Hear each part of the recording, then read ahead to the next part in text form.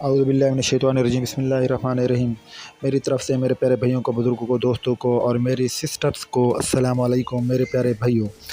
اگر آپ نے ابھی تک میرا چینل سبسکرائب نہیں کیا تو اپنے مسکراتے چہروں کے ساتھ اپنے گپ شپ کے موڈ میں میرا چینل سبسکرائب کریں اور ادویات کے متعلق میری آنے والی معلوماتی ویڈیو سے فائدہ حاصل کریں۔ میرے پیارے بھائیوں، آج میرا ٹاپک ڈائیتھائیکلومین ہائیڈرو کلورائڈ اور سی میتھیکون کے متعلق ہے۔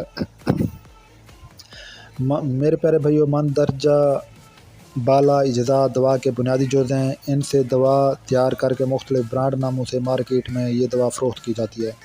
اب میں دوا کے فائدے کے متعلق بتا رہا ہوں کہ یہ دوا کس مقصد کے لیے استعمال کی جاتی ہے۔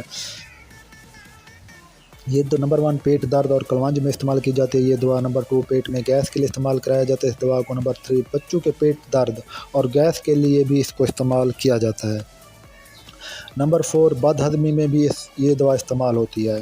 اب میں میرے پیارے بھائیوں اس کے عمل ایکشن کے متعلق بتا رہا ہوں کہ یہ دوا اندر جا کر اپنا کس طرح عمل کرتی ہے، کس طرح یہ اپنا اثر دکھاتی ہے۔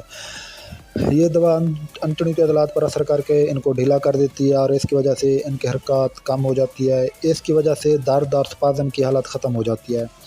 سی میتھیکون بالخصوص طور پر گیس کو ختم کرتی ہے۔ اب میں اس کے بعد اثرات کے متعلق بتا رہا ہوں، ریئیکشن کے متعلق بتا رہا ہوں، اس کے سائیڈ ایفیکٹ کے متعلق بتا رہا ہوں۔ میرے پیارے بھائیوں، اس کے نمبر 1 اس کے استعمال سے متلی ہو سکتی ہے۔ نمبر 2 منہ خشک ہو سکتا ہے۔ نمبر 3 چکر آتے ہیں۔ نمبر 4 سر درد ہوتا ہے۔ نمبر 5 یادداشت خراب ہو جاتی ہے۔ نمبر 6 جلد خشک ہو جاتی ہے۔ نمبر 7 پسینہ کم ہو جاتا ہے، الرجی ہو سکتی ہے۔ نمبر 8 پیشاب کی رکاوٹ آتی ہے، پیشاب بند ہو سکتا ہے۔ نمبر 9 دل کی دھڑکن میں اضافہ ہو جاتا ہے۔ نمبر 10 بینائی دھندلا جاتی ہے، آنکھوں میں دباؤ بڑھ جاتا ہے۔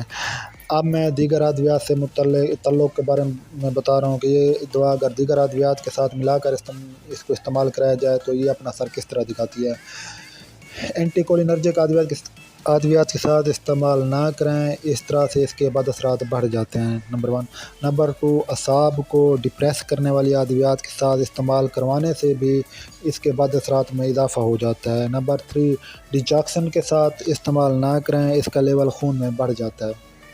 اب میں ممانعت کے متعلق بتا رہا ہوں کہ کن مریضوں کو یہ دوا نہیں دینی چاہیے۔ کالے موتیا کے مریضوں میں استعمال کرانا اس دوا کا منع ہے۔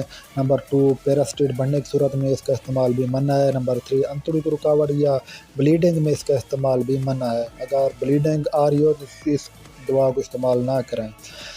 اب میں مقدار خوراک اور استری کا استعمال کے متعلق بتا رہا ہوں۔ 6 ماہ سے 1 سال تک 5 ملی لیٹر دوا دودھ پلانے سے قبل دیں۔